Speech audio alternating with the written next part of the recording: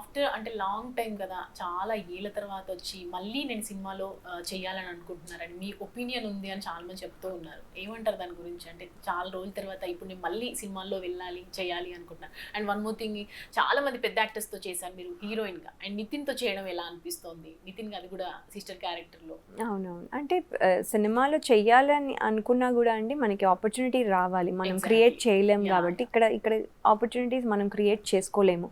వచ్చినప్పుడు తీసుకోగలము, దాన్ని యూజ్ చేసుకోగలం. సో, ఇప్పుడు ఆ పనిలోనే ఉన్నాను. సో, ఇప్పుడు జనాలకి ఎలా నచ్చుతుందో చూసి, ఇంకా మనకి రైటర్స్, అదర్ డైరెక్టర్స్ ఎంత బాగా రాస్తారు, నా అవును. కోసం రోల్స్ ఎలా రాస్తారు అనేది చూడాలి. హ్మ్. Future I can't predict. But అవుతే మంచి రోల్స్ వస్తే చెయ్యాలి అని అవుతే ఉంది. సో, ఇంకా డెస్టినీ చూడాలి.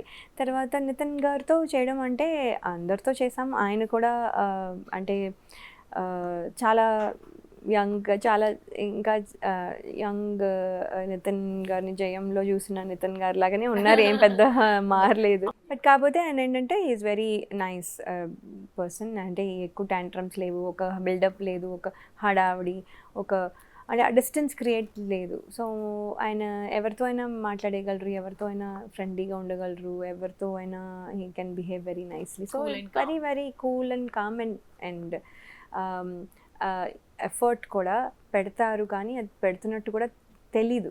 హ్మ్.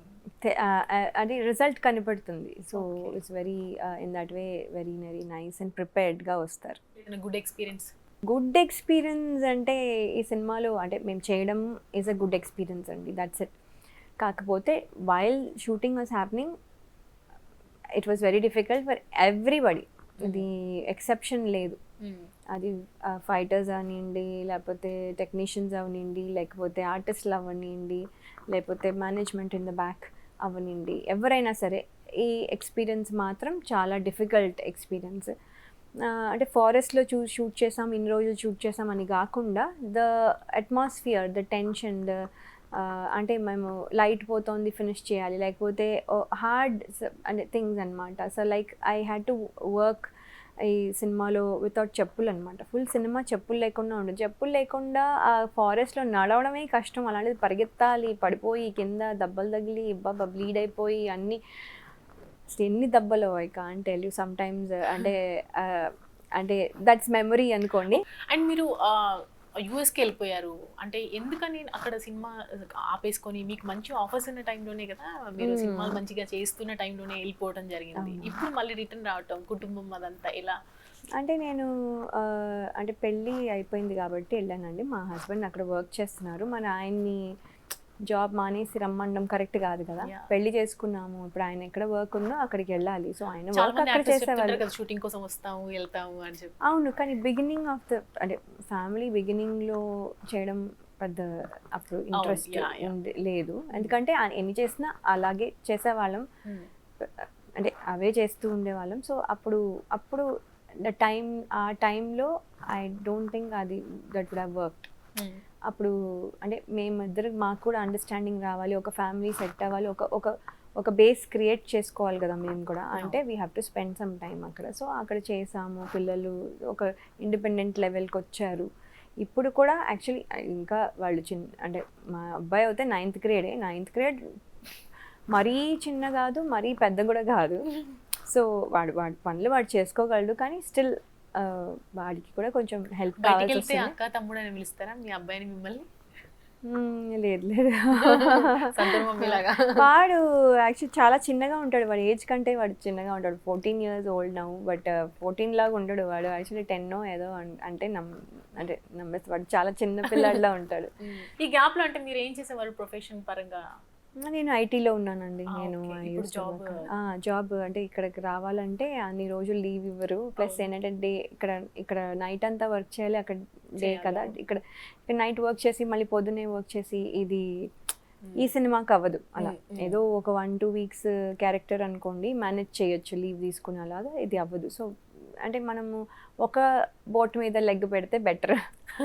సో అది అందుకని అది గివప్ చేసేసి వచ్చాను. ఫ్రాంక్లీ స్పీకింగ్ కాబట్టి ఫ్రాంక్లీగా అడుగుదాం. ఇండస్ట్రీలో ఇప్పుడు చాలామంది ఎంటర్ అవ్వాలంటే కూడా హీరోయిన్గా సస్టైన్ అవ్వాలన్నా వాళ్ళకన్నీ కొన్ని ప్రయారిటీస్ ఉండాలి, ఎక్స్పోజింగ్ పరంగా కానీ కొన్ని ఉంటాయని చెప్తూ ఉంటారు. అది ఎంతవరకు నిజం అంటారు?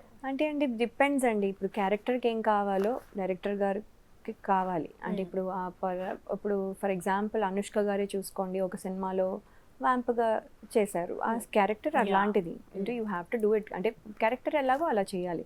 ఇప్పుడు అది మనకి ఫిట్ అవుతుందో లేదా మనం డెసిషన్ ఎప్పుడైనా తీసుకోవచ్చు. మనకి అది సెట్ అవుతుందా లేదా, మనం చెయ్యొచ్చా లేదా. ఇప్పుడు నాకు దీని ముందు ఫర్ ఎగ్జాంపుల్ నాకు దీని ముందు చాలా ఆఫర్స్ వచ్చాయి, కానీ నాకు వర్కౌట్ అవ్వలేదు. నాకు కొన్ని నచ్చలేదు, కొన్ని నచ్చినా కూడా చేయలేక ఆ టైమింగ్ ఏదో కుదరక ఏదో సంథింగ్ లాట్ ఆఫ్ థింగ్స్ వల్ల అది వర్కౌట్ అవ్వలేదు. So we have a choice. మనం చెప్పగలం మనకి ఏం కావాలో ఏం చేయలేదో. సో అది ఏమి రూల్ ఒక ఇది ఇలాగా అని ఏం లేదు.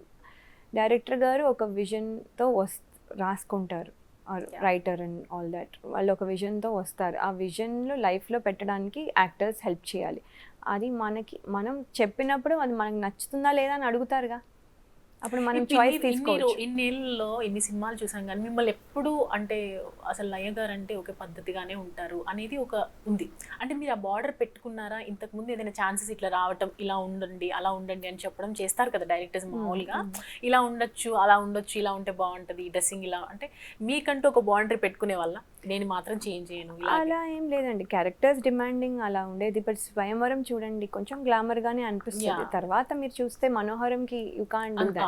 ఇప్పుడు నేను చేసిన సినిమాలన్నీ అలాంటివే. సో గ్లామరస్గా వాళ్ళకి ఆప్షన్స్ ఉన్నాయి. సో ఇలా చేయడానికి కొంచెం ఆప్షన్స్ తక్కువ వల్ల నాకు ఇదే ఎక్కువ రోల్స్ వచ్చాయి. అండ్ నాకు కంఫర్టబుల్గా కూడా ఇదే ఉండింది. కాబట్టి ఇది జనాలు కూడా అలాగే యాక్సెప్ట్ చేశారు. సో వాళ్ళు యాక్సెప్ట్ చేసింది నేను ఇంకా మార్చుకోలేదు, నా స్టైల్ని మార్చుకోలేదు. స్వయంవరంలో కొంచెం గ్లామర్ ఉంది. అప్పుడు యంగ్ కాబట్టి, వెరీ యంగ్, ఇంటర్మీడియట్ కాబట్టి, సో అది అలా ఆ ఏజ్లో నడిచేసింది. బట్ ఇప్పుడు వచ్చి నేను స్వయంవరం లాగా చేస్తానంటే కూడా బాగుండదు కదా. అప్పుడు యాక్సెప్ట్ చేసినా కూడా ఆ టైంలో. ఇప్పుడు కుదరదు. మన ఏజ్ బట్టి, మన వచ్చిన రోల్స్ బట్టి కొంచెం డిగ్నిఫైడ్గా ఇప్పుడు ఇప్పుడు డిగ్నిఫైడ్గా ఉండాలి, రైట్? ఇప్పుడు అలా ఆ టైంలో అలా వచ్చాయి అంతే. అదేమి చాలా మంది ఇండస్ట్రీలో సస్టైన్ అవ్వాలంటే చాలా స్ట్రగుల్స్ ఉంటాయి, అంటే రావడానికి కూడా. అట్లాంటి అమ్మాయిలకి మీరు ఏం సజెషన్ ఇస్తారు యాజ్ ఎ హీరోయిన్గా? అంటే అండి ఎక్కడైనా, అంటే నేను ఇండస్ట్రీ అని చెప్పను, ఇట్స్ నాట్ దట్ ఈస్, అంటే it's let's generalize it. Industry అనేది అదొక్కటే ఎక్సెప్షన్ ఏం కాదు. ఎక్కడైనా వర్క్ ప్లేస్కి వెళ్తున్నా కూడా, లేదా బయటికి వెళ్తున్నా కూడా, ఏం చేసినా కూడా, అది అబ్బాయి అని అవనివ్వండి, అమ్మాయి అని అవనివ్వండి, అమ్మాయి కొంచెం ఎక్కువ అనుకోండి, we have to be careful. Exploit చేసే వాళ్ళు ఉంటారు. ఎక్స్ప్లాయిటేషన్ అంటే రకరకాలుగా కూడా చేయొచ్చు. అంటే ఇప్పుడు ఎక్స్ప్లాయిటేషన్ అంటే మనము వర్క్ చేస్తుంటే ఇంకా మనతో ఎక్కువ వర్క్ చేయదు. మనం వర్క్ చేసే వాళ్ళము, మనకే అన్ని వర్క్లు ఇచ్చేసారు అనుకోండి, మనం కరెక్ట్గా చేస్తామని, అది ఎక్స్ప్లాయిటేషనే కదా. అందరికీ డివైడ్ చేయాలి మన టీంలో.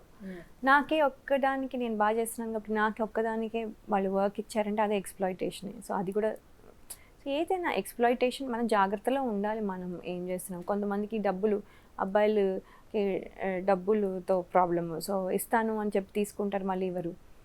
సో ఆ ఎక్స్ప్లాయిట్ అట్లా ఉంటుంది. For more videos like this, subscribe Big TV channel.